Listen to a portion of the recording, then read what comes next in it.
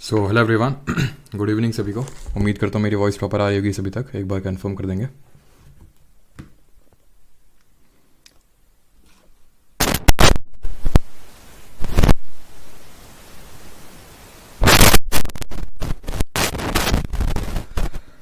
तो आज का जो हम लोग का टॉपिक है that is Sangam age. Sangam age नहीं, ये टॉपिक नहीं हम लोग का। टॉपिक है हिस्ट्री ऑफ साउथ इंडिया।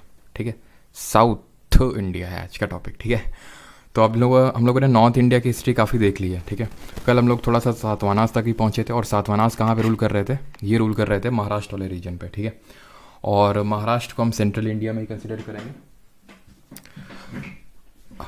आज के लेक्चर में हम लोग साउथ इंडिया में चलेंगे। ठीक है, और वहाँ पे आप समझेंगे इसको हम संगम एज क्यों बोल रहे हैं। तो स्टार्ट करते हैं साउथ इंडिया की हिस्ट्री।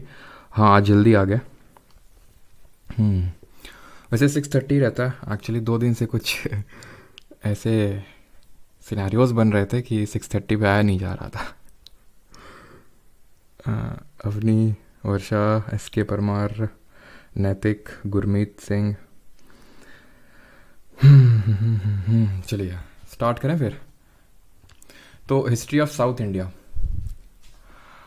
अब हम लोगों ने क्या पढ़ा था? हम लोगों ने पहली क्लास में क्या पढ़ा था आप बताओ? हम लोगों ने पहली क्लास में कुछ पीलियोलिथिक, नियोलिथिक, मीजोलिथिक इस तरह से चीज़ें करी थी कि नहीं? पीलियोलिथिक, फिर मैंने इसको बोलते हैं पुरा पाषाण काल, फिर मध्य पाषाण काल दैट इज मीजोलिथिक, देन हमारा नियोलिथिक। पीलियो मतलब ओल्ड, लिथिक मतलब stone, old stone age. Meso मतलब मिडिल, लिथिक मतलब stone, middle stone age. Neo मतलब न्यू, लिथिक मतलब स्टोन, न्यू स्टोन एज। इस तरह से ट्रांजिशन हुआ था। फिर कहाँ पे गए थे? फिर चाल्कोलिथिक में आ गए थे। चाल्को का मतलब क्या होता है? कॉपर, ताम्र पाषाण युग। ठीक है, चाल्कोलिथिक फिर हमने बोला इसके बाद या फिर इसके पैरेलल ही चल रहा था ब्रॉन्ज एज, है ना? ब्रॉन्ज एज बोला था हमने। ब्रॉन्ज एज कौन सा एज था अगर याद करो? हड़प्पा वाला, इंडस वाली सिविलाइजेशन वाला, यानी कि 2500 BC से लेके 1750 BC तक। ठीक है, ये हमारा टाइम पीरियड रहा था ब्रॉन्ज एज। और इसी का सिर्फ टाइम पीरियड मैं क्यों लिख रहा हूँ अभी आपको समझ में आएगा। ब्रॉन्ज एज के बाद क्या आया था फाइनली? आयरन एज, जिसको कि हमने क्या बोला था? एक्चुअल में बोला था कि हिस्ट्री यहाँ से स्टार्ट हो रहा है। इनको क्या बोला था? Pre historic era. ये क्या था हमारा? ब्रॉन्ज एज प्रोटो हिस्टोरिक था। बिकॉज यहाँ पे चीज़ें लिखी हुई तो थी बट वो हम डिसाइफर नहीं कर पाए आज तक भी, दैट्स वाई प्रोटो हिस्टोरिक। और यहाँ से जो हमारा लेटर वैदिक एज है, जहाँ से हमारा ऋग्वेदा कंपाइल होना स्टार्ट हुआ, उसको हम बोलते हैं एक्चुअल में हिस्ट्री यहाँ से स्टार्ट हुई। अब ये सारी चीज़ें मैं आपको बता क्यों रहा हूँ? बता इसलिए मैं रहा हूँ, ये तो हमने सारी चीज़ें अभी नॉर्थ इंडिया में देखी थी ना। अभी तक जितना भी कुछ हमने देखा महाजनपद में, सब कुछ जो पढ़ा वो नॉर्थ इंडिया में पढ़ा।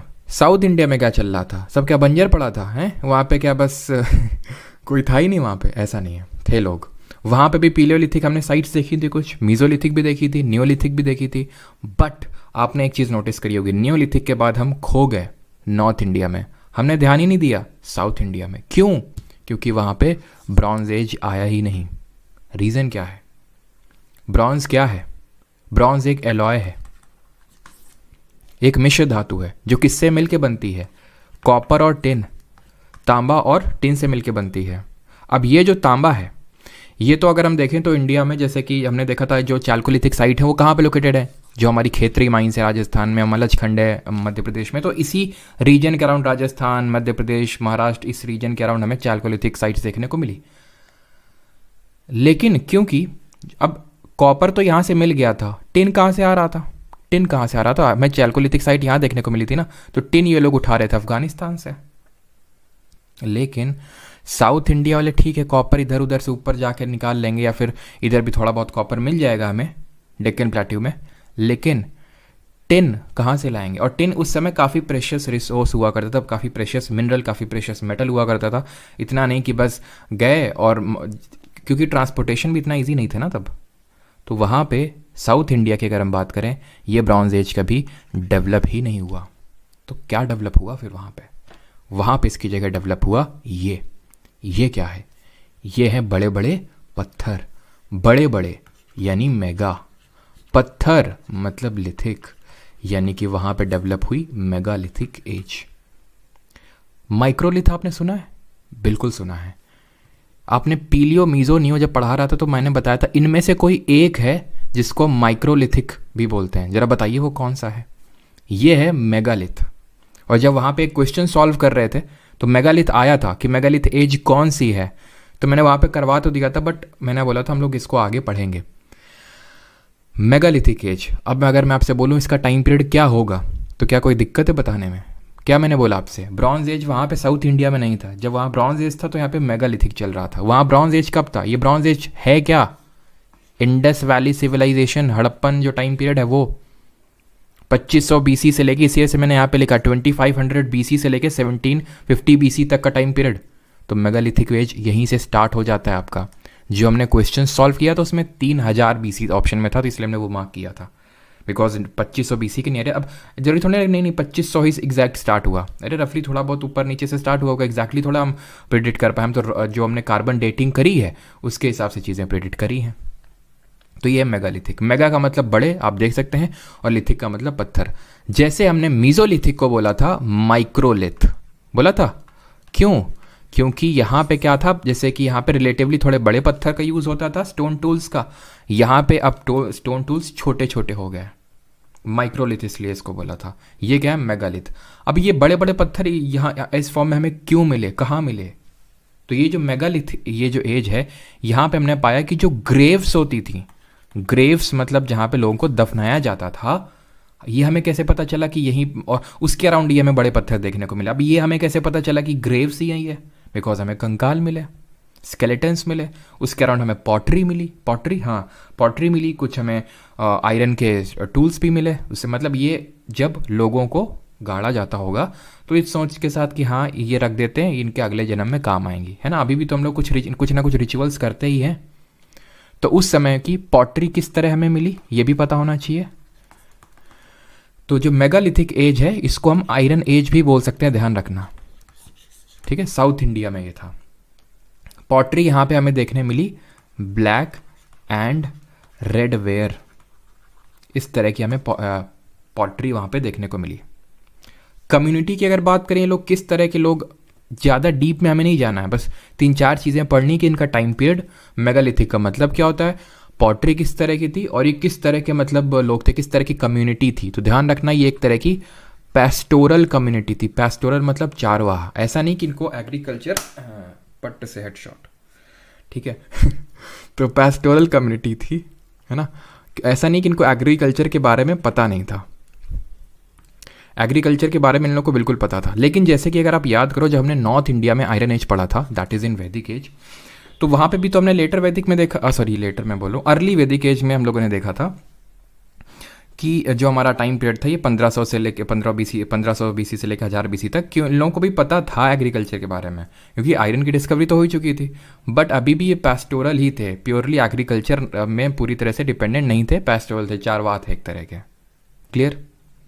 अब बात ये आती है कि ठीक है, ये तो हमें मेगालिथिक पीपल के बारे में पता चल गया लिटरेरी सोर्सेस से, तो इससे स्टार्ट क्यों कर रहे हैं? टॉपिक तो हमारा संगम एज था।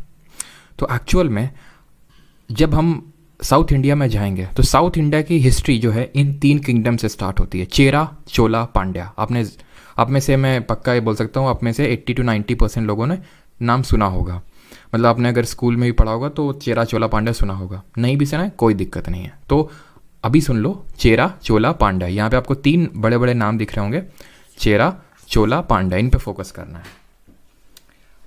हमें अब ये पढ़ना है कि ये जो मेगालिथिक एज है, हमने क्या पढ़ा था नॉर्थ इंडिया में, कि किस तरह से आर्याज आए, जन यानी कि ट्राइब्स में बने, जन से वो कैसे जनपद बने, जनपद से कैसे वो महाजनपद बने, ये चीज हमने पढ़ी थी। वैसे ही अब हमें यहां पे देखना साउथ इंडिया में किस तरह से जो आयरन एज के लोग थे चेरा, चोला, पांड्या में ट्रांसफॉर्म हुए, ये पढ़ना है हमें। अब ये हमें पता कहाँ से चला कि ये जो मेगालिथिक आयरन एज के लोग हैं किस तरह से चेरा, चोला, पांड्या में बदले, वो पढ़ेंगे अब, और वो हमें पता चलेगा संगम से। व्हाट इज दिस संगम? संगम का मतलब होता है असेंबली, यानी कि बड़े बड़े विद्वान लोग आए एक टाइम पे, बड़े बड़े पोएट्स आए, विद्वान आए, और ये माना जाता है भगवान आए, और उन्होंने कुछ लिटरेचर लिखा, लिटरेचर मतलब एक तरह से हम बोल सकते हैं कि साहित्य लिखा, और उस साहित्य से हमें पता चलता है कि किस तरह से ये मेगालिथिक पीपल इन 3 डायनेस्टीज में ट्रांसफॉर्म हुए, चेरा, चोला, पांड्या। टोटल 3 संगम हुए। संगम समझ गए? इनको मेनली जो पैटर्नाइज करने का काम किया था वो पांड्याज ने किया था। मतलब पैटर्नाइज आप समझ रहे होंगे ना, जो हमने पहले देखा था कि खर्चा पानी उठाना, ठीक है। जैसे कि हमने 4 बुद्धिस्ट काउंसिल देखी थी, राजगीर, वैशाली, पाटलिपुत्र, कुंडलवन। तो पहली वाली किसने करी थी? अजातशत्रु। लास्ट वाली किसने करी थी? कनिष्क। हम लोगों ने चीज़ें देखी थी, पैटर्नाइज किसने किया। तो मेनली 3 जो है इनको किसने पैटर्नाइज किया? पैटर्नाइज बाई पांड्यन किंग्स, ठीक है, पैट्रोनाइज्ड बाई पांड्यास। अब ये जो असेंबलीज हैं हुई कहाँ पे? जो तमिल रीजन है ना वहाँ पे हुई, और इसको हम मुच्छ छंगम के नाम से जानते हैं। तो ये टर्म्स जो है ना अभी साउथ इंडिया की हिस्ट्री में ये बड़े इंपॉर्टेंट हो जाते हैं। अभी और भी काफ़ी टर्म्स आएंगे तो इन पे थोड़ा गौर फरमाइएगा। मुच्छ छंगम, ठीक है, मुच्छ, इसको हटा दे दीजिए, छंगम। अभी एक एक करके देखते हैं तीनों संगम्स के बारे में, फर्स्ट, सेकेंड एंड थर्ड, ठीक है। यहाँ पे लिखते हैं फर्स्ट संगम कहाँ पे हुआ था? मदुरई में हुआ था ये, ठीक है। इसको किसने पैटर्नाइज किया था? अगस्त्य ने, ठीक है। अगस्तस से एक थे, उन्होंने इसको पैटर्नाइज किया था। सेकंड की अगर हम बात करें, इसको अगर हम बात करें कहाँ पे हुई थी?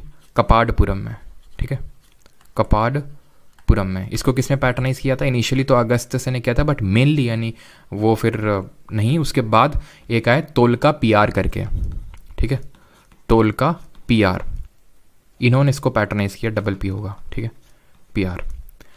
अब जो सेकंड वाली संगम है ये ज़्यादा इंपॉर्टेंट है। 3 हुई टोटल, पहली, दूसरी और तीसरी। थर्ड में आपको चलो लिखवाई देता हूँ पहले।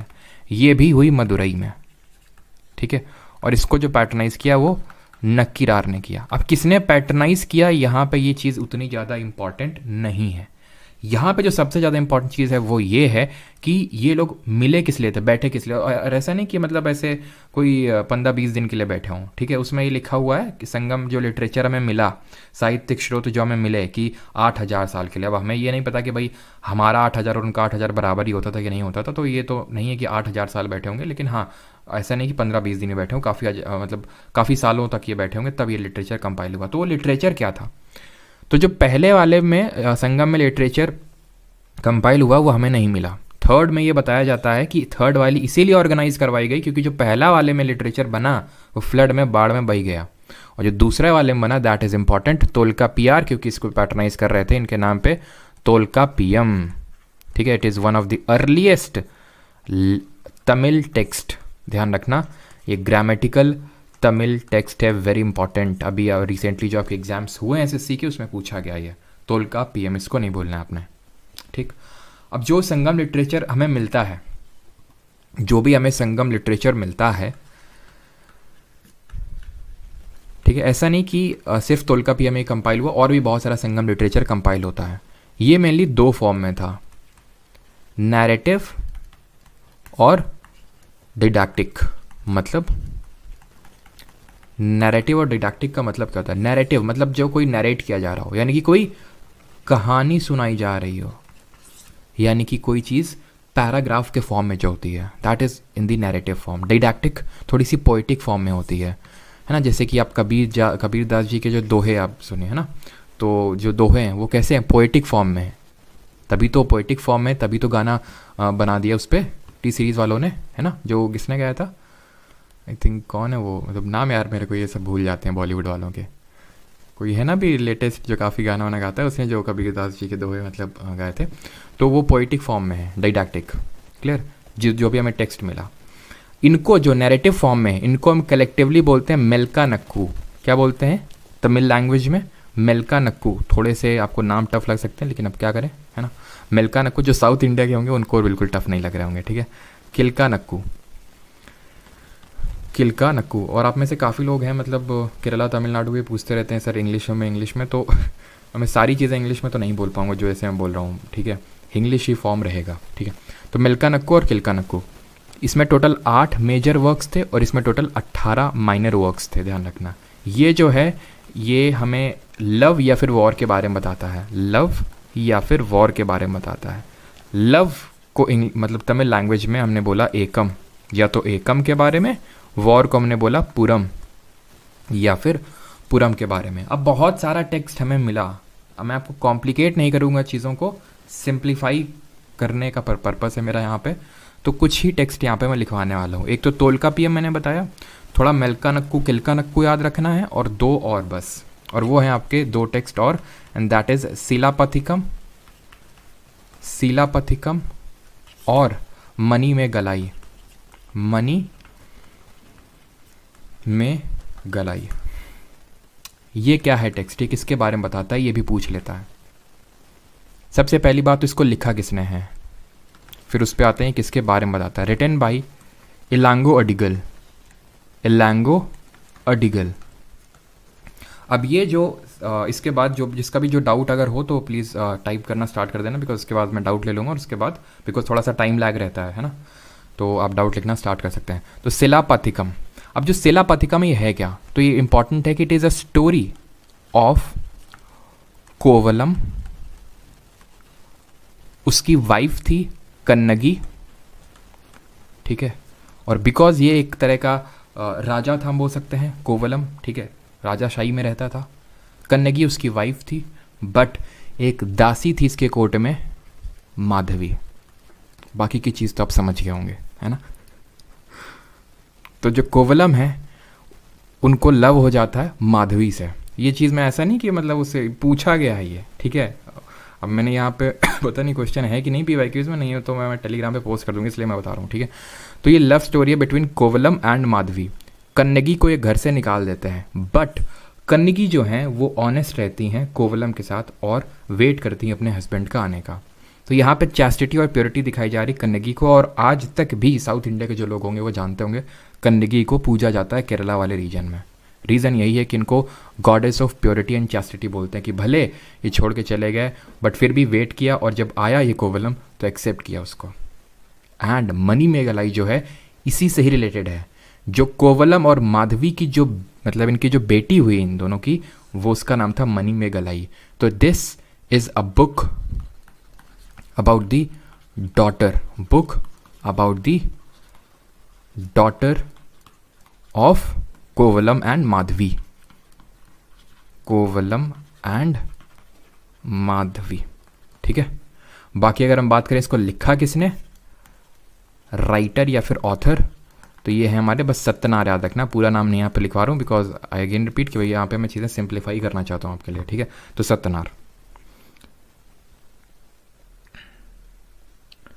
टूरू लव, छोड़ देना चाहिए था डाइवोर्स, चंपक चाचा। ये है डाउट तुम लोग हैं, डाउट लिखने को बोला, ये डाउट है कि छोड़ देना चाहिए था, कलयुग है। ओहो ओ बिछड़न, ओ बिछड़न। सुधर जाओ सत्यनारायण सर। जुबिन ठीक है, हाँ जुबिन नौटियाल।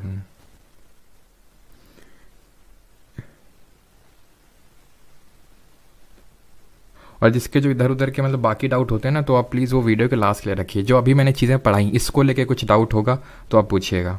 और एक चीज़ कि मतलब बहुत सारी चीज़ें, जैसे कि टेक्स्ट की अगर मैं बात करूँ तो इतना सारा टेक्स्ट है कि मैं पढ़ाऊँगा तो आपका भेजा ख़राब हो जाएगा, लेकिन जब हमें नीडेड नहीं है SSC के एग्ज़ाम्स में तो हमें वो पढ़ना क्यों, ठीक है। और वही मेरा ऐसा काम है, नहीं तो फिर बुक में और मेरे पढ़ाने में फिर अंतर क्या रहा, ठीक है। दो अंतर होने चाहिए, एक तो आसानी से समझ में आना चाहिए लंबे समय के लिए, और दूसरा कम चीज़ें होनी चाहिए, ठीक है। चलिए, तो ये हो गया हमारा टेक्स्ट। अभी आते हैं यहाँ की ज्योग्राफी पढ़ते हैं। ज्योग्राफी क्यों, क्योंकि वो हम ये पढ़ना है ना कि चेरा चोला पांड्या में ट्रांसफॉर्मेशन कैसे होगा। तो हमें जो संगम है ये लिटरेचर, इससे पता चलता है चेरा चोला पांड्या कैसे ये सब रहे। और उसी टेक्स्ट में हमें यहाँ की ज्योग्राफी के बारे में पता चलता है कि यहाँ की जो लैंड थी, जो एरिया था, जिसको कि तमिल लैंग्वेज में थिनाइज बोलते हैं। थिनाइज इज व्हाट, एरिया और part of land, geographical area. ये डिवाइडेड था 5 पार्ट्स में, 5 पार्ट्स में डिवाइडेड था। वो 5 पार्ट्स क्या थे, कुरुनिकी थिनाई, पलई थिनाई, मुल्लई थिनाई, मरुटम थिनाई और नेटल थिनाई। थिनाई थिनाई आपको नहीं करना है, बस कुरुनिकी या फिर कुरुंजी भी बोलते हैं इसको, पलई, मुल्लई, मरुटम और नेटल, बस ये पता होना चाहिए। अब ये जो है मैं आपको रटवाने नहीं वाला हूँ, ध्यान से समझिए। सबसे अंदर का रीजन आप देख पा रहे होंगे एकदम डार्क रेड है और उसको यहाँ पे दिखाया गया है कुरिंजी, ये है, ठीक है। This is your Kurinji. अब हम ये देख लेते हैं कुरिंजी था क्या। तो जो कुरिंजी यहाँ पे लिखते हैं क्या, चलो यहीं पे लिख देते हैं। जो कुरिंजी था, एक सेकेंड, जो कुरिंजी था हमारा, दैट वाज कौन सा, यहाँ पे किस तरह के लोग रह रहे थे, जो हंटिंग और गैदरिंग करते थे। हंटिंग और गैदरिंग, क्यों हंटिंग एंड गैदरिंग? क्योंकि ये एकदम सेंट्रल पोर्शन था, सेंट्रल रीजन था, डेंस फॉरेस्ट है, ठीक है। तो यहाँ पे लोग वही, अब एक लास्ट में वीडियो दिखाया था ना मेंटोस ज़िंदगी वाला, वो मेंटोस, तो उसमें देखा होगा तुम लोगों ने किस तरह से हंटिंग, या फिर हम लोगों ने पीले लिथिक में देखा था, तो उस तरह से अभी हंटिंग एंड गैदरिंग कर रहे थे ये लोग, कुरिंजी, ठीक है। जो पलई थे, ये पलई क्या कर रहे थे, पलई अभी कैटल लिफ्टिंग और प्लंडरिंग कर रहे थे। ये जो ग्रीन रीजन दिखाया जा रहा है, ये करते थे कैटल लिफ्टिंग और प्लंडरिंग, यानी कि गाय भैंस ये सब उठा लेते थे और लूट बांट लेते थे। अब ये भी अभी आपको समझ में आएगा कि ऐसा क्यों करते थे। पहले मुल्लई समझते हैं। मुल्लई जो यहाँ पे आप क्रीम कलर से देख पा रहे हैं, दैट इज़ मुल्लई। मुल्लई करते थे एनिमल हस्बेंड्री। क्या करते थे, एनिमल हस्बेंड्री करते थे, यानी कि गाय भैंस ये सब पालना, क्लियर।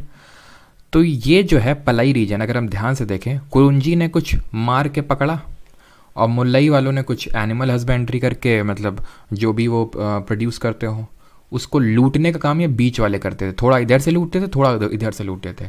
इनको बोलते हैं पलई, ठीक है। मारूटम, मारूटम करते थे एग्रीकल्चर, प्योरली ये एग्रीकल्चर में थे, ठीक है, यानी कि खेती बाड़ी में थे। और ये किस में थे, कुरुंजी वाले, ये हंटिंग, यानी कि इसको हम हिंदी में बोल सकते हैं शिकारी, शिकारी थे, शिकार करते थे। नेटल, नेटल थे हमारे फिशिंग में। क्यों फिशिंग में थे, अब देखिए ना, नेटल, ये है ना नेटल, ब्लूइश वाला रीजन। तो ये लोग कोस्ट के अराउंड में रह रहे हैं, तो फिशिंग ही तो करेंगे, और क्या करेंगे, सॉल्ट मैन्युफैक्चरिंग करेंगे, नमक बनाएंगे, सिंपल। तो ये इस तरह से आप नोट्स में लिखें, कुरिंजी क्या था, पलई क्या था, मुल्लई क्या था, मारूटम क्या था, नेटल क्या था, और मैंने आपको समझा दिया। And these all geographical region are called as thinais. Total 5 thinais थे, and each thinai has a chief called as Muvendar. Each thinai had a chief, इनका एक सरदार हुआ करता था, और उस सरदार का नाम होता था मूवेंदर, ठीक। MUVENDAR, मूवेंदर होता था चीफ। कहीं कहीं पे DER आपको देखने को मिल जाएगा, बट दैट डजंट मैटर। समझिए आपकी मूवेंदर। अब ये जो मूवेंदर है आपस में लड़ना स्टार्ट किया। जब लड़ना स्टार्ट किए, धीरे धीरे लड़ना स्टार्ट किए, तो ये ट्रांसफॉर्म होते हैं किसमें, चेरा, चोला, पांड्या में, clear. I again repeat, 5 thinais थे, कुरुंजी, पलई, मुल्लई, मारूटम और नेटल। इनके हर एक के एक चीफ हुआ करता था, मूवेंदर। इन चीफ्स के बीच में लड़ाई हुई, और ये फाइनली जो है निकल के आया चेरा, चोला और पांड्या के फॉर्म में, जिनके बारे में हम थोड़ा थोड़ा चीज़ें पढ़ेंगे, क्लियर। अब यहाँ पे जो चीज़ें हैं, ऐसा नहीं कि जो चेरा, चोला, पांड्या हमें सिर्फ संगम लिटरेचर में ही पता चलता है, नहीं। यहाँ पे हमें जो नॉर्थन इंडिया का टेक्स्ट है, बिकॉज पता है ये टाइम पीरियड कौन से टाइम पीरियड की हम बात कर रहे हैं, धीरे धीरे हम आगे बढ़ रहे हैं ना, तो ये टाइम वो महाजनपद वाला टाइम आ चुका है। मगध जहाँ जब वो रूल कर रहा था, वो वाला टाइम आ गया, यानी ये चंद्रगुप्त मौर्य, बिंदुसार, अशोक वाला टाइम आ चुका है। और पता नहीं आप में से कितने लोगों को पता है, नहीं पता है, लेकिन मुझे पता है, एंड दैट इज़ कि बिंदुसार जो है, ठीक है, बिंदुसार, इसको हम बोलते हैं conqueror of land between 2 seas. इसको हम बोलते हैं कॉन्करर, एक second, conqueror of land between 2 seas, यानी कि 2 सीज के बीच की लैंड को कॉन्कर करने वाला। यानी बिंदुसार ने कहीं कहीं हमें ये पता चलता है कि ये साउथ इंडिया में इसने कॉन्कर किया था, ये साउथ इंडिया को।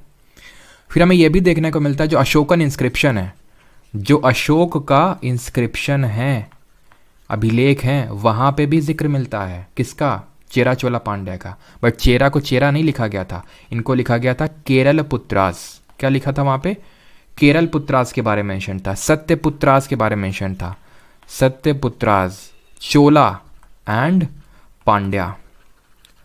अब केरल पुत्रास तो हमने डिसाइफर कर लिया, हमने ये थोड़ा सा लगा लिया अपने दिमाग कि हाँ ये चेरा ही होंगे, बिकॉज ये जो चेरास थे वो केरल में रूल कर रहे थे, तो वही केरल पुत्रा वही होंगे।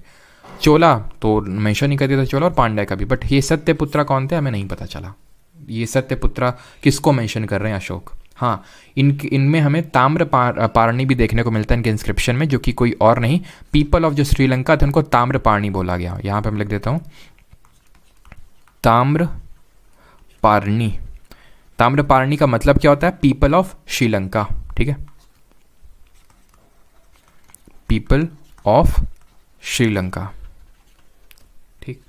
अब यहाँ पे जब ये लोग आए, जब इन लोगों ने अटैक्स किए, किसने, मतलब बिंदुसार और ये सब लोगों ने, तो एक तरह से इन लोगों को भी, क्योंकि ये जब चेरा चोला पांड्या में भी ट्रांसफॉर्म हुए, जो अब थेनाइज हैं या फिर जो चीफ्स हैं आपस में लड़े, कैसे लड़े, क्योंकि फिर जब बिंदुसार वगैरह आए तब इन लोगों ने लड़ना सिखाया इनको कि किस तरह से आयरन का यूज़ करके लड़ा भी जा सकता है, ठीक है। तो वो सारी चीज़ें, यहाँ की सोसाइटी किस तरह से ट्रांसफॉर्म हुई, वो सारी चीज़ें हम पढ़ेंगे, बट थोड़ी सी चीज़ें हम ये देखेंगे चेरा चोला पांड्या के। अब चेरा चोला पांड्या देखने से पहले एक चीज़ मैं आपको बताना चाहता हूँ, दैट चीज़ इज़ कि साउथ इंडिया की जो हम लोग अभी चीज़ें पढ़ रहे हैं, ये कौन सा टाइम पीरियड है, वही जो होता है मगध वाला। लेकिन अभी हम जो चीज़ें पढ़ेंगे वो कंप्लीट चीज़ें नहीं होंगी। रीज़न बीइंग बिकॉज इस टाइम पीरियड पे कहीं ना कहीं जो बिंदुसार, अशोक की, इन सब के अंडर में थे ये, इनकी खुद की ऑटोनॉमी बहुत ज़्यादा नहीं थी, आते थे डिफीट कर देते थे। जब ये लोग चले गए, फिर गुप्ताज आए, गुप्ताज ने भी इन पे थोड़ा सा ऑटोनॉमी, मतलब इनको वो नहीं करने दिया, गुप्ताज ने भी रूल किया अच्छे खासा। जब गुप्ता भी चले गए तब इन लोगों ने बहुत पावरफुल किंगडम होके इमर्ज आया, और उनमें से जो सबसे पावरफुल इमर्ज होके आया वो चोला आया। तो चोला हम फिर से ओढ़ेंगे अभी, कब, जब मेडिवल इंडिया की हिस्ट्री स्टार्ट करेंगे वहाँ पे, तभी हम इस चीज़ थोड़ा सा पढ़ेंगे, बहुत ज़्यादा बस टच करेंगे जो अब वाली चीज़ें हैं, जो इस टाइम पीरियड वाली चीज़ें हैं, जो मगध वाली टाइम, और जो मेडिवल हिस्ट्री वाली चीज़ें हैं वो हम तब के टाइम पे पढ़ेंगे। अभी के टाइम पे चोला उतना कोई पावरफुल होके एमर्ज नहीं आया, ये बाद में मेडिवल हिस्ट्री में हम देखते हैं पावरफुल होके एमर्ज आया। किसी का यहाँ तक कोई डाउट हो तो पहले पूछ लो, देन यहाँ पे मैं स्टार्ट करता हूँ चेरा चोला पांड्या।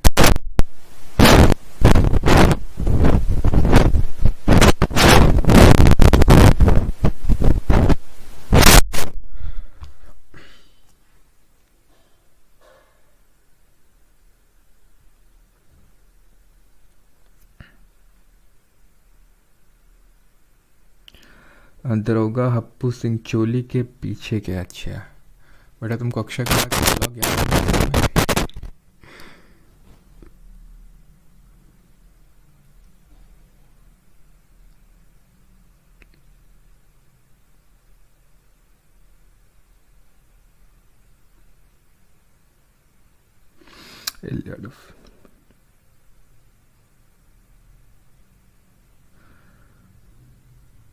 बिंदु सारा गलत जगह फंस गया।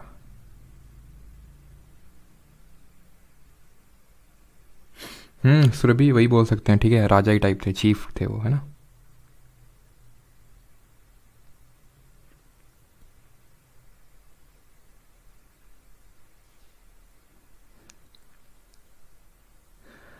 चलिए भाई स्टार्ट करते हैं, आगे बढ़ते हैं, ठीक है। चेरास के बारे में थोड़ी चीज़ें पढ़ते हैं कि चेरा कहाँ पे रूल कर रहे थे। सबसे पहली बात तो जो प्रेजेंट डे अगर हम देखें, केरला और तमिलनाडु वाला जो रीजन है वहाँ पे रूल कर रहे थे। यहाँ पे अगर आप ध्यान से देखें तो केरला और थोड़ा सा पार्ट ऑफ तमिलनाडु है, ठीक है, पार्ट ऑफ तमिलनाडु, लेकिन मेनली ये केरला में, तभी केरला पुत्र के तौर पे मेंशन किए जाते हैं। इनकी अगर हम कैपिटल बात करें, इनकी राजधानी क्या थी, तो वंजी इनकी कैपिटल हुआ करती थी, ठीक है, वंजी वॉज देयर कैपिटल।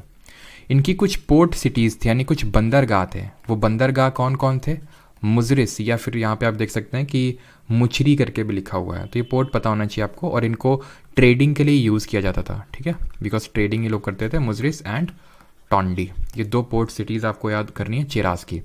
और ये माना जाता है कि रोमन्स जो थे उनके साथ इनके कनेक्शंस से ट्रेड करते थे, और रोमन्स ने यहाँ पे एक टेम्पल बिल्ड किया ऑफ ऑगस्टस, जो कि एक ग्रीक गॉड थे एक तरह के।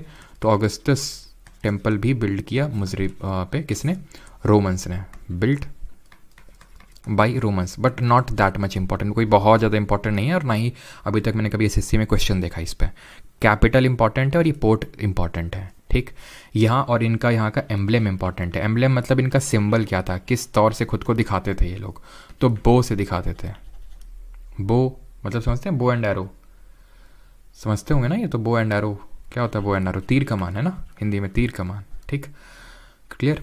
ग्रेटेस्ट ऑफ चेरा किंग की अगर बात करेंगे तो कौन थे वो, ग्रेटेस्ट चेरा, तो ग्रेटेस्ट चेरा की अगर हम बात करें तो ये थे सेंगू टुवान, ठीक है, इनका नाम था सेंगू टुवान। इनको हम रेड चेरा के नाम से भी जानते हैं, ठीक है, रेड चेरा। और ये अगेन अगर आपको याद आ रहा हो कन्नगी, इनको वर्शिप करते थे। और ये कौन है, वही है ना धोखा जिनको मिला था, तो इनको गॉडेस ऑफ चैस्टिटी, है ना, गॉडेस ऑफ चैस्टिटी जो है वर्शिप किया जाता है। ऑलराइट, तो चेरास के बारे में हमने पढ़ लिया। अब हम आते हैं चोलास के बारे में पढ़ते हैं, ठीक है। चोला की अगर हम बात करें तो इनको मेंशन किया जाता है, इनको कहा जाता है, they are also called as Chola मंडलम।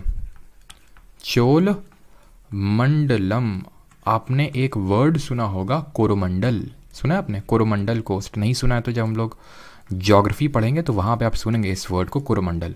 तो एक्चुअल में जो वर्ड है वो यहीं से आया, बिकॉज अगर आप ध्यान से देखें तो चोला जो है ये कोरोमंडल कोस्ट में ही रूल कर रहे हैं। तो चोला चोल मंडलम के नाम से जाना जाते थे एंड दे रूल्ड, अगर हम ध्यान से देखें तो north eastern side of Pandyas. और यहाँ पे दो नदियाँ बहती हैं, कौन सी नदियाँ? पेन्नर, यहाँ पे ऊपर जो प्रेजेंट डे आंध्र प्रदेश है वहाँ की रिवर है पेन्नर, ठीक है, वो हम लोग ज्योग्राफी में पढ़ेंगे। इंडिपेंडेंट रिवर है, किसी की ट्रिब्यूटरी नहीं है। पेरियार अलग है वो केरल में है, पेन्नर आंध्र प्रदेश में नदी है। पेन्नर और एक नदी थी आपकी वेल्लर, उस यहाँ पे कहीं पे वेल्लर और पेन्नर के बीच में ये रूल कर रहे थे, ठीक है। तो पहली बात तो नॉर्थ ईस्ट टू पांड्यास थी, जहाँ पांड्या रूल कर रहे थे उसके नॉर्थ ईस्ट में पांड्यास अभी हम पढ़ेंगे। And between which two rivers? Pennar and Vellar river. Capital क्या थी इनकी, यानी राजधानी क्या थी? राजधानी इनकी उरायूर थी, लेकिन पूहड़ भी इनकी कैपिटल थी बाद में, या फिर हम इसको ऑल्टरनेट कैपिटल भी बोल सकते हैं। बट हाँ, ऐसा नहीं है कि मतलब ऑल्टरनेट का मतलब है कि सेकेंडरी कैपिटल थी। ये भी उरायूर के बाद मेन कैपिटल पूहड़ ही बन गई, जिसको कि हम कावेरी पट्टनम के नाम से जानते हैं। किसके नाम से? कावेरी पट्टनम। ये एक पोर्ट सिटी थी, ध्यान रखना, ठीक है। ये इन लोग की एक पोर्ट सिटी थी, यानी बंदरगाह था, जहाँ से लोग पूरा ट्रेड वगैरह करते थे।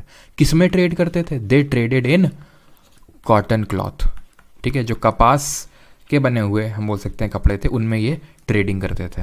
They maintained an efficient navy, navy के लिए बहुत जाने जाते हैं, ठीक है, अपनी एफिशिएंट नेवी के लिए जाने जाते हैं ये लोग। और मतलब हम नेवी जो है, अगर आपने देखा भी हो, है ना, मोदी जी ने बोला था कि शिवाजी ने जो है नेवी स्टार्ट की। बिल्कुल, अगर हम देखें मेडिवल हिस्ट्री में, देन उसके बाद मॉडर्न में, तो जो ट्रांजिशन फेज था वहाँ पे नेवी जो है एफिशिएंट नेवी शिवाजी ने मेंटेन करी। लेकिन ऐसा नहीं कि वहाँ से ओरिजिन हुआ था। ओरिजिन तो अगर मैं बोलूँ चोला से भी नहीं हुआ था। ओरिजिन कोई बता सकता है कहाँ से हुआ था? देखते हैं किसका दिमाग कितना पीछे तक जाता है। मैं बता चुका हूँ आपको, लेकिन डायरेक्टली नहीं बताया था मैंने आपको।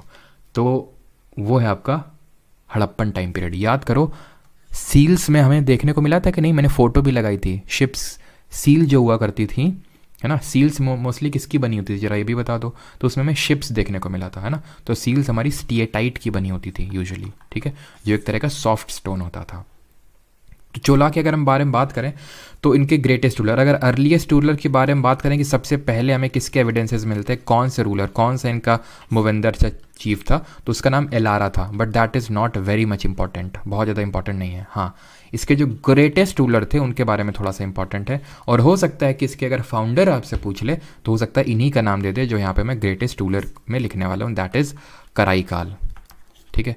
ये Karaikal one of the greatest ruler इसलिए माने जाते हैं बिकॉज इन्होंने एक बैटल ऑफ वेन्नी का एक बैटल हुआ, वो मतलब लड़ा किसके खिलाफ? चेरा और पांड्या मिल के इनको हराना चाहते थे। तो चेरा और पांड्या जो मिल के हराने आए थे उनको इन्होंने हरा दिया कराईकाल ने बैटल ऑफ वेन्नी में, ठीक है, समझ गए। बहुत ज़्यादा डीप में आपको है, तो अगर आपको लगता है कि आपको याद हो गया है कि बैटल ऑफ वेन्नी किसके बारे में था, तो लिखने की ज़रूरत नहीं है। अगर आपको लगता है भूल जाएंगे तो लिखिए, ठीक है, बहुत ज़्यादा ओवर बर्डन मत किया करिए खुद को, है ना।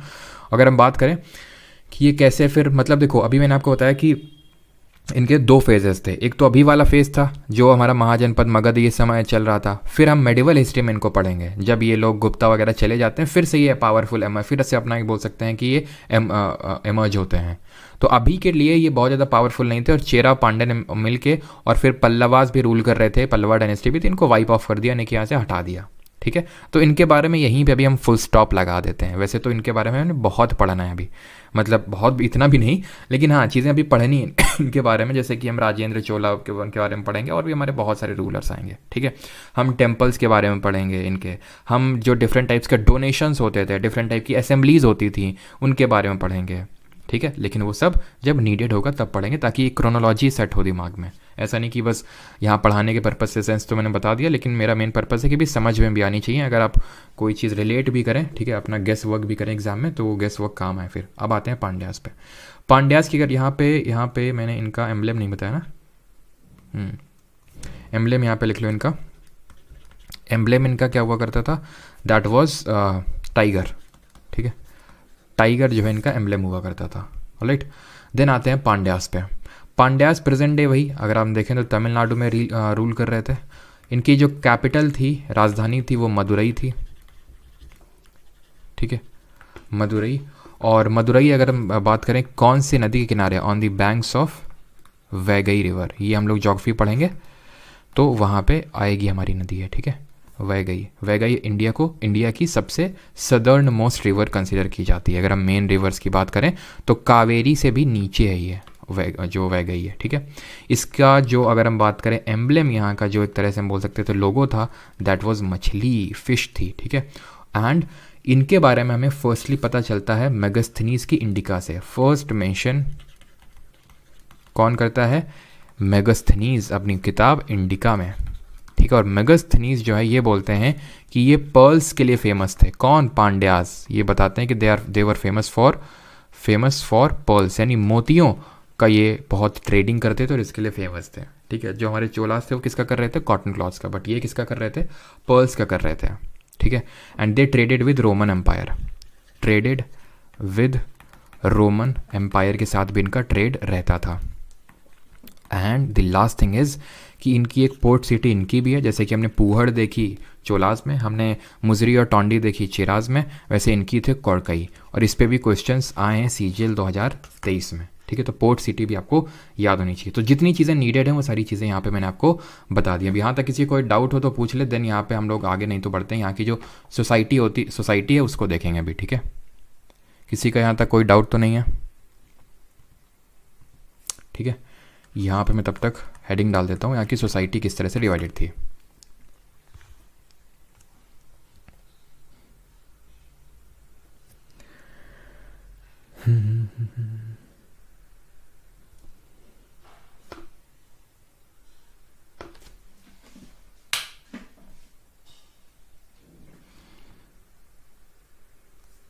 All clear, okay, no doubt.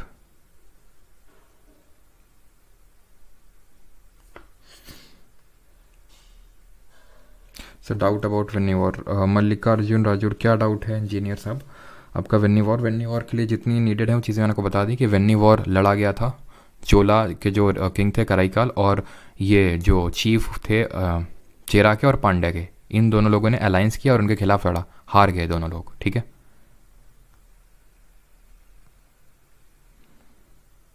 सब एक ही जैसे साउंड कर। अब थोड़ा सा तो एफर्ट यार मारना पड़ेगा। अब ऐसा तो है नहीं कि मैं दिमाग में इतना एकदम ही आपके डाल दूंगा, और अगर मैंने दिमाग में डाल भी दिया तो फिर डिफरेंस कहाँ क्रिएट होगा। 2500 लोग देख रहे हैं तो फिर ऐसे तो सब थोड़ी ना सेलेक्ट हो जाएंगे। आप में से रियलिटी है नहीं होंगे बहुत लोग। रीज़न क्या है कि जो जितना एफर्ट मारेगा इसके बाद एक थ्रेशोल्ड होता है, तो उसी थ्रेशोल्ड तक मैं आपको चीज़ें समझा सकता हूँ, कुछ चीज़ें ऐसे आपको रिलेट करके बता सकता हूँ, लेकिन थोड़ा आपको भी करना पड़ेगा एफर्ट, है ना।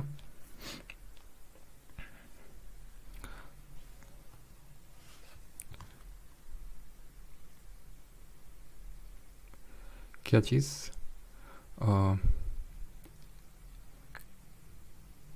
कैपिटल ऑफ चेरास लिखा नहीं क्या हमने? चेरा का कैपिटल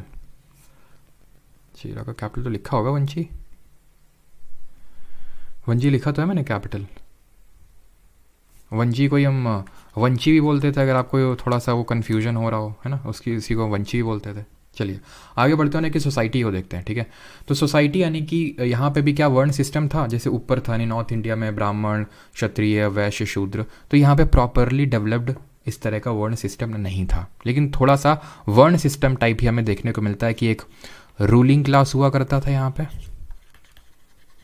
यहाँ पे एक रिच पेजेंट्स होते थे, यानी कि अमीर ट्रेडर्स हम बोल सकते हैं, फिर अमीर किसान जो ट्रेडिंग करते थे, और एक होते थे सबसे लोवेस्ट क्लास। ये जो रिच पेजेंट हैं ये काम नहीं करते थे फील्ड में, ये लोवेस्ट क्लास से काम करवाते थे, यानी जो मैनुअल लेबरिंग का काम है वो ये लोग करते थे। अब यहाँ पे इंपॉर्टेंट पता है क्या है? इंपॉर्टेंट है इनको तमिल टेक्स्ट में किस नाम से वो बताया गया है, इनको किस नाम से जाना जाता है तमिल टेक्स्ट में। इनको लिखा गया है अरासार, रिच पेजेंट्स को लिखा गया है वेल्लालर। तो इस तरह से याद रखना कि ये लोग वेल्ले होकर एकदम घूमते थे, क्योंकि इनको कुछ करना ही नहीं ना, क्योंकि पूरा काम ये करवाते थे कदई सीआर से, जो लोवेस्ट क्लास होता था, नहीं जो मैनुअल वर्क हम बोल सकते हैं वो करवाते थे कदई सीआर से। तो अरासर, वेल्लालर और कदई सीआर, कदी नहीं होगा कदई होगा यहाँ पे, ठीक है।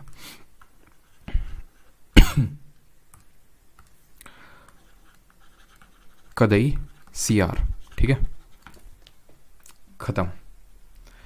अब हम आएंगे कुछ क्वेश्चंस पे। वैसे हम बहुत ज़्यादा अभी क्वेश्चंस नहीं करने वाले हैं, बिकॉज ज़्यादातर जो क्वेश्चंस हैं वो जो मेडिवल हिस्ट्री में हम लोग जो चीज़ें पढ़ेंगे उस पे बेस्ड है, और खासकर चोलास पे बेस्ड है, ठीक है। लेकिन हम लोग वो वाले क्वेश्चंस करेंगे जो हमें लगता है कि हमारे अभी जो हमने जो चीज़ें पढ़ी हैं उस पर चीज़ें बेस्ड थी, ठीक है। तो चलिए स्टार्ट करते हैं, और शुरू के क्वेश्चंस तो मेनली उसी पे बेस्ड हैं आपके, ठीक है। शुरू के क्वेश्चंस उसी पे बेस्ड हैं जो हम लोग मेडिवल हिस्ट्री में पढ़ेंगे। ये क्वेश्चन आप कर सकते हैं, करिए जल्दी से। पुहर और Kaveri Pattam was the port of which of the following dynasty, जल्दी से आंसर करिए। इतनी जल्दी करूँ?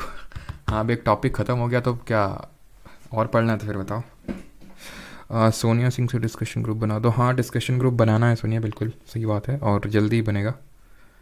अच्छा, थैंक यू नहीं आया क्या आज? अच्छा अच्छा अच्छा अच्छा, चलो लास्ट में थैंक यू आ जाएगा, ठीक है। लास्ट में आ जाएगा, चिंता ना करो, ठीक है।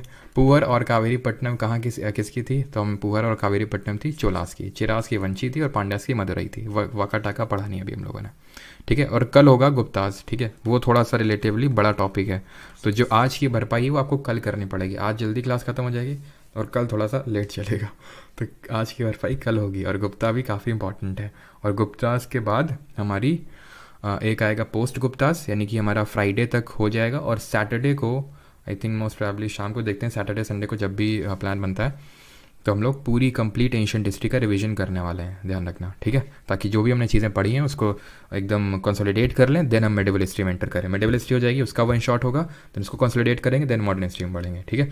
Which of the following tax was नहीं करना है अभी।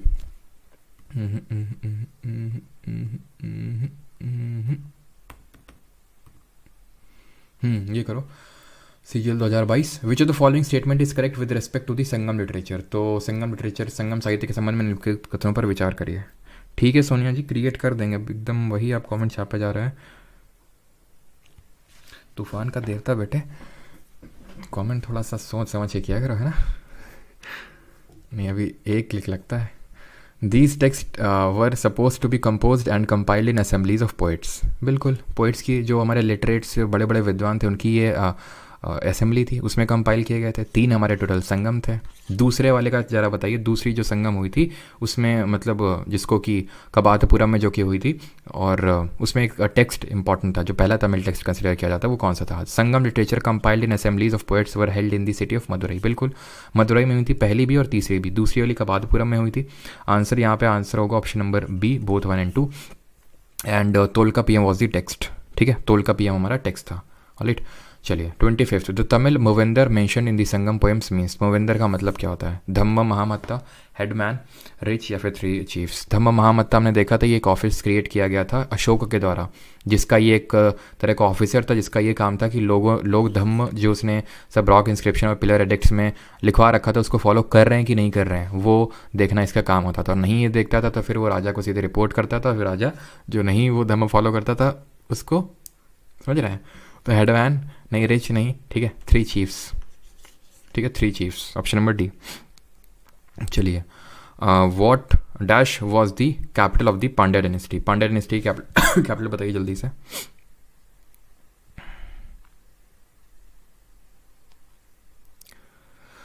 चलिए, तो पांड्या मदुरई, ठीक है। उरायूर अगर हम देखें किसकी थी? चोला की, बाद में इनकी पुअर बनी, दिल्ली मेडिवल इंडिया में आ गया हमारी, ठीक है। वंशी किसकी थी? चेरास की। ये नहीं कर नहीं, ये तो करना है, कर सकते हैं ना ये तो। With reference to Sangam literature, Sangam literature हम लोगों ने पढ़ा है, अब पूरा नहीं पढ़ा संगम लिटरेचर। तोलका पीएम बताया, सेकंड संगम, शिलापट्टीकरण बताए थे, मनी के मलाई बताया था, और ये बताया था कि दो फॉर्म में डिवाइड किए थे, नैरेटिव और डिडैक्टिक। नैरेटिव मतलब मिल्का नक्कू, डिडैक्टिक मतलब किल्का नक्कू, ठीक है, ये बताया था आपको, और उसी से हो जाएगा ये, ठीक है। और भी सारे टेक्स्ट बने थे, लेकिन क्यों लोड करना खुद को इतना, ठीक है। शिलापट्टीकरम, शिलापट्टीकरम अगर बात करें तो ये क्या था, शिलापट्टीकरम वही कोवलम, कन्नगी और माधवी का जो लव ट्रायंगल था, ठीक है। तो शिलापट्टीकरम, ठीक है, तो कहाँ पे जाएगा ये, मतलब किसने कंपोज किया था, ओके ठीक है। तो ये जो हमारे इलांगो अडिगल थे, दैट इज़ थर्ड बी, और अगर थर्ड बी होगा तो आप देख सकते हैं एक ही के साथ है। मनी में कलई हमें पता है किसको, सत्यनार, मैंने आपको बताया था, तो A option number C answer होगा, ठीक है। तो मनी में कलई किसकी थी स्टोरी, जो डॉटर थी कोवलम और माधवी की, मनी में कलई, उसके बारे में, उसके एडवेंचर्स के बारे में, ठीक है। Which of the following ports, यानी कौन सा बंदरगाह mentioned in Sangam poems, evidence of trade was found in the east coast, evidence of trade east coast में कहाँ से मिलते हैं, मदुरई, पुअर, धरनी कोटा या फिर नन ऑफ दी अबव। तो हमें मिलते हैं ये पुअर से, सिटी ऑफ पुअर, ठीक है। यहाँ से हमें ट्रेड किया, और किस चीज़ के, जो कॉटन क्लोथ है उसके ट्रेड के हमें यहाँ से मिलते हैं क्या, साक्ष्य, राइट। मैच द फॉलोइंग, आखिरी क्वेश्चन आई थिंक है, निम्नलिखित का को मिला है, चोला, चेरा, पांड्या, इनको आपको मैच करना है, इनका जो एम्बलेम था उससे। तो अगर हम बात करें चेरास का, चोलास का और पांड्या का, तो हमें पता है चोला काफ़ी पावरफुल एमर्ज हो गया है बाद में, और पावरफुल में से सबसे कौन सा है, टाइगर है, इस तरह से आप याद कर सकते हैं, फर्स्ट का बी होगा। फिर चेरा का हमने बो एंड एरो देखा था, तीर कमान, और पांड्या का हमने देखा था मछली, फिश, तो बी सी ए, तो ऑप्शन नंबर ए यहाँ पे सही आंसर होगा, ऑलराइट। ये हम लोग अभी नहीं करना है, ये सर जो हम लोग पढ़ लेंगे तब वो करेंगे, ठीक है। चलिए, तो वही थैंक यू देखना था तुम लोगों ने, तो वहीं से चलो ख़त्म कर देते हैं। किसी को डाउट हो तो बता दो, बाकी क्योंकि आज थोड़ा सा टाइम है, बाकी आज टाइम है, तो डाउट हो तो पूछ सकते हो। बाकी कल हम लोग अगेन रिपीट गुप्ताज करेंगे, उसके बाद पोस्ट गुप्ता, जो छोटा पोस्ट गुप्ताज वाला परसों वाला लेक्चर कुछ बहुत बड़ा नहीं होगा, छोटा सा ही लेक्चर होगा, नहीं होगा तो खैर कल का थोड़ा सा बड़ा हो सकता है, ठीक है। और सैटरडे या संडे को पूरा रिवीजन कर लेंगे। तो आपसे यही उम्मीद है कि आप चीज़ों को कंपाइल करिए, चीज़ों को रिवाइज करिए। रिवीजन, इफेक्टिव रिवीजन कैसा होता है, इफेक्टिव रिवीजन होता है कि जैसे आपने ये टॉपिक पढ़ा, अब आप आंख बंद करिए और उसको रिवाइज करिए। करवाएं आपको रिवाइज, अभी हम बताते हैं फिर कैसे रिवीजन करना है। IBACIO के लिए करंट अफेयर्स कराइए सर प्लीज़, करवा तो रहे हैं पूजा जी, अभी नवंबर के करवाएं, पीछे मंथ्स के करवाएंगे, जुलाई तक के करवाएंगे, जुलाई, अगस्त, सितंबर, अक्टूबर, नवंबर के करवा दिए, देन दिसंबर जब कंप्लीट होगा तब, है ना, क्लियर। ज़ीशान अख्तर, हाँ चलो, तो थोड़ा सा मैं आपको बताता हूँ रिवाइज कैसे करना है, ठीक है। मतलब काफ़ी एकदम आंख बंद करके थोड़ा सा फास्ट वे में हमें करना होता है, तो आंख बंद करो सभी लोग, ठीक है। तो हमने कहाँ से स्टार्ट किया था, कि हम लोगों ने स्टार्ट किया था कि हमने मतलब देखा था पीलियोलिथिक, मीजोलिथिक, नियोलिथिक देखा था, फिर चाल्कोलिथिक, फिर bronze age and then iron age. South India की जब हम हिस्ट्री पढ़ने गए तो हमें पता है कि पीलियोलिथिक भी साइट मिली थी, यहाँ देखा था, मीजोलिथिक भी मिली थी जिसको माइक्रोलिथ बोलते हैं, नियोलिथिक भी मिली थी, बट ब्रॉन्ज एज तो हमने यहाँ का पढ़ा ही नहीं। हमने ब्रॉन्ज एज की जगह यहाँ पे आता है आपका मेगालिथ, मेगालिथ मतलब बड़े बड़े पत्थर, महापाषाण इसको बोलते हैं, और इसको हम आयरन एज के साथ वो करते हैं, बिकॉज यहाँ पे आयरन की डिस्कवरी हो चुकी थी। टाइम पीरियड वही रफली 2500 BC से स्टार्ट होता है। Pottery, black and red ware मिली, बड़े बड़े पत्थर मिले थे क्योंकि ग्रेव के अराउंड जो कब्र होती थी, इसलिए इसको आयरन एज बोले, आर्कियोलॉजिकल सोर्सेज से पता चला। पैस्टोरल कम्युनिटी थी, 4 बात है। फिर कैसे ये हमारे चेरा, चोला, पांड्या में ट्रांसफॉर्म हुए, ये हमें लिटरेरी जो सोर्सेज हैं, साहित्यिक जो स्रोत है वहाँ से पता चलता है, और वो लिटरेरी सोर्सेज जो संगम एज हुई थी, जो संगम्स हुए थे उसमें कंपाइल हुए। संगम्स ये कब हुए, कहाँ हुए, तो 3 संगम हुए, मदुरई में पहला, दूसरा कपाटपुरम और तीसरा मदुरई में, ठीक है। और दूसरे वाले में तोलका पीएम टेक्स्ट कंपाइल हुआ, ठीक है। और भी कुछ टेक्स्ट है दूसरे वाले में कंपाइल हुआ था, लेकिन पहला वाला और दूसरे वाले का जो रिमेनिंग था वो बाढ़ में बह गया, ये हमें तीसरे वाले से पता चलता है। फिर बाकी जो टेक्स्ट है जो तीसरे वाले में कंपाइल हुआ, उसको हम 2 कैटेगरी में डिवाइड कर सकते हैं, एक नैरेटिव और एक डिडैक्टिक। नैरेटिव मतलब पैराग्राफ, कहानी के फॉर्म में, जिसको मेल्का नक्कू बोलते हैं। डिडैक्टिक जो पोएटिक फॉर्म में, दोहों के फॉर्म में, that is Kilkanakku. Melkanakku in 8 major works, Kilkanakku in 18 minor works, ठीक है। फिर मैं पढ़ा कि 2 किताबें, शिलापतिकम और Manimekalai. Silappatikaram that love triangle of of Kovalan, Kannagi and Madhavi, and Manimekalai is the written by Sattanar, और सीलापति वाली इलांगो अडिगल ने लिखी थी, और मणिमेगलाई जो डॉटर है कोवलम, और माधवी जो जिससे उसको लव हुआ था, जो दासी थी, तो उसकी उनकी डॉटर, उसके एडवेंचर्स के बारे में। फिर हमने देखा कि यहाँ की ज्योग्राफी कैसी है। तो ज्योग्राफी हमें पता चला 5 पार्ट में डिवाइडेड है। सेंट्रल में कुरुंजी बैठे हुए हैं जो हंटिंग गैदरिंग कर रहे हैं फॉरेस्ट में। उसके बाद पलई है जो बीच में होने का फ़ायदा उठा रहे हैं। किसके बीच में? मुल्लई और कुरुंजी। कुरुंजी सेंटर में हंटिंग गैदरिंग शिकार है, मुल्लई क्या कर रहे हैं? एनिमल हस्बेंड्री कर रहे हैं, ठीक है। तो बीच में पलई क्या कर रहे हैं? कैटल की लिफ्टिंग कर रहे हैं और प्लंडरिंग कर रहे हैं। कैटल लिफ्ट कर लेते हैं जो मुल्लई वालों की हैं, और प्लंडरिंग कर लेते हैं कुरुंजी वालों की। मारूटम जो है, और जो लोग कुरुंजी लोग चिकन बनाते होंगे ना हंटिंग करके, तो ये उसकी प्लंडरिंग कर लेते थे पलई वाले। और मारूटम अगर बात करें, एग्रीकल्चर करते थे, ठीक है। और नेटल वाले क्योंकि सबसे कोस्टल में थे, तो ऑब्वियस सी बात है फिशिंग और सॉल्ट का मार्केटिंग करेंगे। इनके सबका एक चीफ होता था जिसको मूवेंदर बोलते थे। अब ये मूवेंदर क्या आपस में लड़े, कैसे लड़े, इन लोगों को लड़ना कैसे पता चला? बिकॉज हमें पता है ये सब लोग, जैसे कि चंद्रगुप्त मौर्य साउथ इंडिया में आए थे, सल्ले खाना किया था, अपने सब जैन मॉन्क्स को लेके आए थे कि नहीं आए थे, ठीक है। तो वहाँ से थोड़ा सा एमलगमेशन हुआ कल्चर का। बिंदुसार आया जिनको हम conquered the land of 2 seas, वो हमने देखा। तो वहाँ से धीरे धीरे इन लोगों का वो, और हमें चेरा चोला पांड्या के बारे में और कहाँ से पता चलता है? अशोका के इंस्क्रिप्शन से, जहाँ चेरा को केरला पुत्रा, चोला को चोला और पांड्या को पांडा मेंशन किया गया है। जो श्रीलंका के लोग हैं उनको ताम्रपानी के रूप में मेंशन किया गया है। और फिर हमने देखा कि चेरा की इंपॉर्टेंट चीज़ें क्या थी, यहाँ की कैपिटल क्या थी, यहाँ की पोर्ट सिटी क्या थी। तो कैपिटल यहाँ की वंजी देखी, पोर्ट सिटीज़ की अगर बात करें मुसरी और टोंडी देखी। और यहाँ के हमने देखा कि जो सबसे पावरफुल रूलर थे दैट वाज सेंगुटुवन, जिनको रेड चोला के नाम से, रेड चेरा के नाम से जानते हैं। यहाँ का एम्बलम आपका बो एंड एरो था। चोला के आते हैं, चोलामंडलम कोरोमंडल के नाम से जाना जाता है। नॉर्थ ईस्ट टू पांड्याज हैं ये। पेन्नर और वेल्लर रिवर के बीच में कैपिटल अगर बात करें उरायूर है, और पूहर भी इनकी एक कैपिटल सिटी है जो कि एक पोर्ट सिटी है, और उसको हम कावेरी पट्टनम के नाम से जानते हैं। इन्होंने ट्रेडिंग करी थी कॉटन क्लॉथ में, और इन्होंने एक बहुत ही एफिशिएंट नेवी मेंटेन करी थी। इनके अर्लीस्ट नोन किंग है Elara, not important but greatest ruler Karaikal, थोड़ा सा important. Battle of Venni again थोड़ा सा ही इंपॉर्टेंट है कि ये कराईकाल ने डिफीट किया था जो चेरा और पांड्या का जो एक हम बोल सकते हैं जो कॉन्ग्रुएंस था उसको। फिर ये वाइप ऑफ हो गया क्योंकि चेराज ने अटैक किया, पांडवाज ने अटैक किया, ऊपर से पल्लवाज ने अटैक किया, लेकिन बाद में फिर से एमर्ज होंगे, मेडिवल हिस्ट्री में पढ़ेंगे। पांड्यास की बात करें, तमिलनाडु वाला रीजन था कैपिटल। और हाँ, चोलास की कैपिटल क्या थी? उरायूर, वो तो बता दिया था, बट एम्बलम टाइगर था, ठीक है। पांड्यास की अगर बात करें तो मदुरई वॉज देयर कैपिटल, और इनका जो एम्बलम था वो फिश होता था, और मेगास्थनीज ने इनके बारे में मेंशन कर रखा है, खत्म। तो इस तरह से अगर आप आंख बंद करके सारी चीज़ें रिवाइज कर पाएंगे तो बहुत ही पाएंगे कि आपके दिमाग में सारी चीज़ें सेटल डाउन हो गई हैं, ठीक है।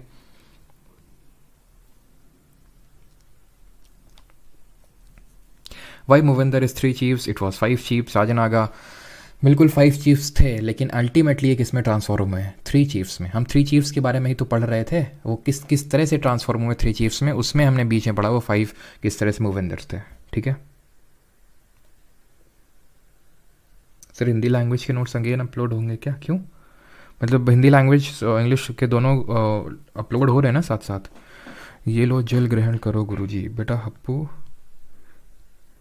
वन शॉट को यूट्यूब पे कुछ दिखाई नहीं दे रहा। अच्छा अभी क्या है ना बेटा, ऐसा तूफान आएगा ना कि थौर भी नहीं बचा पाएगा तुमको, और सब तुमको दिखने लगेगा। फिर बोलोगे माँ मुझे तो सब दिख रहा है माँ ठीक है, तो ऐसी हरकत नहीं करते हैं।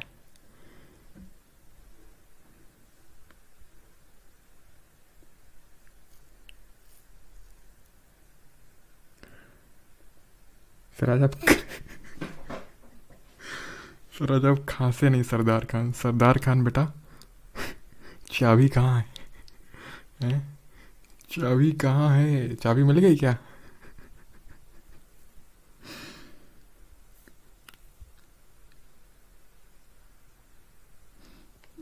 चलो भाई, थैंक यू सभी को।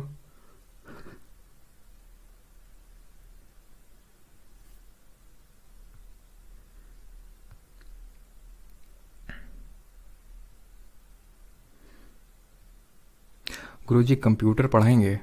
देखो हम तो नहीं पढ़ाएंगे, है ना, क्योंकि कंप्यूटर में हमारा उतना बहुत ज़्यादा हाथ इतना स्ट्रांग नहीं कि हमको को मतलब फ्लो में पढ़ा सकें जिस तरह से हम देखते हैं, ठीक है। अमन सर हो सकता है आपको पढ़ाएं, है ना।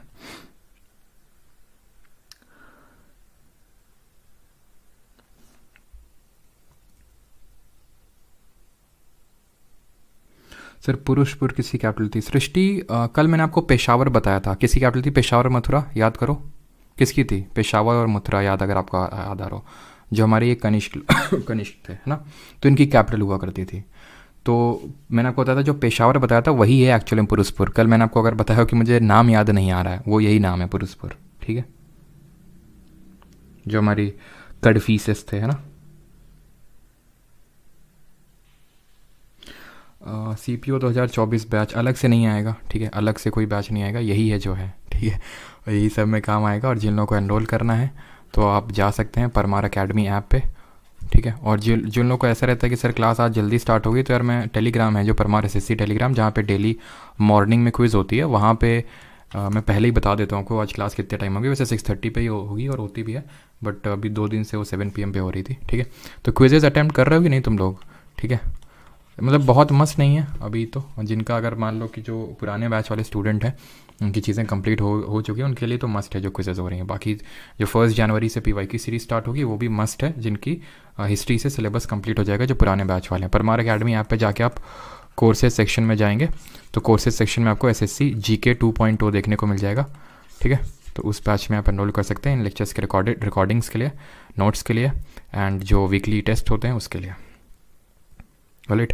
और एक चीज़ कि जो अभी मतलब CGL के टॉपर्स हुए ना, CGL 23 का आपको पता है रिज़ल्ट आ चुका है, तो काफ़ी टॉपर्स निकले, है ना। तो वो टॉपर्स से मैं ये प्लान कर रहा हूँ, ठीक है, कि टेलीग्राम पे we can have a communication. जैसे मैं पहले टॉपर से बात करके जान सकता हूँ कि उनकी क्या खूबी है, कि मतलब उन्होंने काफ़ी पहले अटेम्प्ट में निकाला, या फिर काफ़ी सारे, जैसे कि आई थिंक आज मैंने रिज़ल्ट पोस्ट किए थे, उनमें से एक भाटी करके होगा एक स्टूडेंट मैंने किया था, तो आई थिंक उसका फर्स्ट अटैम्प्ट था। तो फर्स्ट अटैम्प्ट से कुछ हैं वो लास्ट अटैम्प्ट्स में भी उन्होंने क्रैक किया, कुछ हैं जॉब के साथ क्रैक किया उन्होंने। तो आप में से भी काफ़ी लोगों की सिचुएशंस डिफरेंट होंगी, तो वो चीज़ मैं उनसे जान के, और एक टेलीग्राम पे एक सेशन रख सकता हूँ 9 PM के अराउंड पे, जो कि आपको हेल्प करेगा। तो ये कैसा रहेगा अगर आप बताएं तो?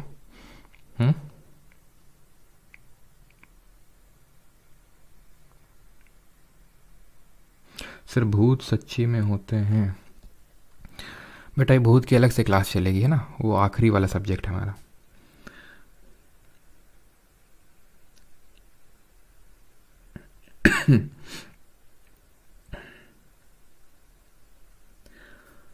बिल्कुल, तो फिर स्टार्ट करते हैं। मतलब लाइव होगा जहाँ पे आप अपने डाउट्स भी पूछ सकते हैं। अब सब तो अलाउड नहीं हो पाएंगे, बिकॉज जैसे कि अभी क्या है कि अभी तो मैं रिकॉर्ड कर लूँगा अगर उनके साथ, है ना, कि ठीक है मैंने रिकॉर्ड वैसे तो मतलब चलो रिकॉर्ड कर भी लूँगा, है ना। तो उसमें आप अपने डाउट्स नहीं पूछ पाएंगे, फिर आप कमेंट में लिखेंगे, तो उसमें क्या होगा कि लाइव रहेगा तो आप डाउट पूछ पाएंगे उनसे डायरेक्टली, है ना। मैं भी होऊंगा, वो भी जो टॉपर होगा वो भी होगा, तो वहाँ पे आप डाउट पूछ पाएंगे, है ना। तो फॉर्चुनेटली अपनी कम्युनिटी से काफ़ी टॉप रैंकर्स हैं, और मुझे तो लगता है इतने टॉप रैंकर्स नहीं होंगे और कहीं से। ये मतलब थोड़ा सा कॉन्फिडेंस वाली चीज़ है, ऐसा नहीं ओवर कॉन्फिडेंस, है ना। बाकी सभी टीचर्स ने भी मेहनत की है, ऐसा नहीं है, लेकिन फॉर्चुनेटली काफ़ी टॉपर्स है इस बार, है ना। मैंने सबका इंडिविजुअल वैसे पोस्ट नहीं किया है, मतलब और भी इतने सारे हैं कि मैं आज मतलब ये समझ लो कि आज मैंने जब पोस्ट किए हैं तो वो उन लोगों के हैं जो परसों रात को जब रिज़ल्ट आया था तभी उन्होंने भेज दिया था। अब जब बाद में उन्होंने मैसेज किया सर हमारा भी देख लो, तब उनका वो आ पाया और तब मैं कहीं देख पाया। और नहीं वैसे तो अगर बात करूँ या, और मैंने जो पोस्ट किए हैं वो मोस्टली टॉप 100 हैं, कुछ 300 के अंदर भी हैं, और मैंने शायद ही कोई किया हो जो 300 के बियॉन्ड है। तो ऐसे ढेरों स्टूडेंट पढ़े हुए हैं, बहुत सारे हैं जो उसके बियॉन्ड भी है। किसी का 1000 रैंक है, किसी की 500 है, 600 है, 800 है, 1500 है, 2000 है, 3000 है, ढेरों पढ़े हुए हैं। तो वो मैंने नहीं कॉपी है, और उनकी भी ऐसा नहीं कि उनकी स्टोरी वो नहीं है। जैसे कि एक स्टूडेंट से मैं बात कर रहा था, तो मतलब उसका भी जैसे उसके पापा ऑटो चलाते थे, ठीक है, एंड इज़ मतलब वो ASO इन CSS हो गया, लग गया है। अब इसको मतलब ये था जो, क्योंकि आपको पता है ना कि मार्क्स थोड़े नहीं बहुत ज़्यादा वेरिएट किए, कुछ लोगों के साथ तो एकदम ही मतलब होता है ना कि ज़िंदगी जैसे पलट जाना, कि वो वही एकदम से वक्त बदल दिए, जज्बात बदल दिए। तो ऐसा किया रिजल्ट ने इस बार। वो क्यों हुआ, जब आंसर की आएगी तब पता चलेगा। तो बहुत लोग, जैसे मैंने आपको इसके रिगार्डिंग वीडियो में भी बताया था जो मैंने रिजल्ट के रिगार्डिंग पब्लिश किया था, कि बहुत लोग एक्सपेक्ट कर रहे थे कि मतलब जैसे कि मैं ही एक्सपेक्ट कर रहा था कि जैसे एक स्टूडेंट का मैंने 26 रैंक है ना, महक जोटवानी, तो मैंने जब रिजल्ट आंसर की पोस्ट किया तो मैंने कहा था कि फॉर श्योर अंडर 10 रैंक आने वाली है, एंड आई वॉज श्योर कि अंडर 10 तो छोड़ो, 4th 5th रैंक के अराउंड आएगी, बट शी इज़ 26 रैंक। तो मतलब और कुछ लोग हैं कि सेम रैंक पे 50 रैंक के अंदर बैठे हुए हैं, ठीक है, और वही सेम रैंक मतलब सेम स्कोर के साथ जो आंसर की के अकॉर्डिंग वही 2000 3000 4000 रैंक में। तो अभी क्यों हुआ है ये आंसर की आगे पता ही चलेगा, ठीक है। खैर चलिए, तो वो सेशंस देखते हैं, नहीं होगा तो आज से ही करते हैं, ठीक है। आज से ही नहीं होगा तो प्लान करते हैं इसका, और पहला सेशन नहीं होता तो आज, क्योंकि आज क्लास जल्दी ख़त्म हो गई है, थोड़ा सा बातचीत करके टॉपर से करते हैं 9 PM पे इफ़ पॉसिबल। Thank you.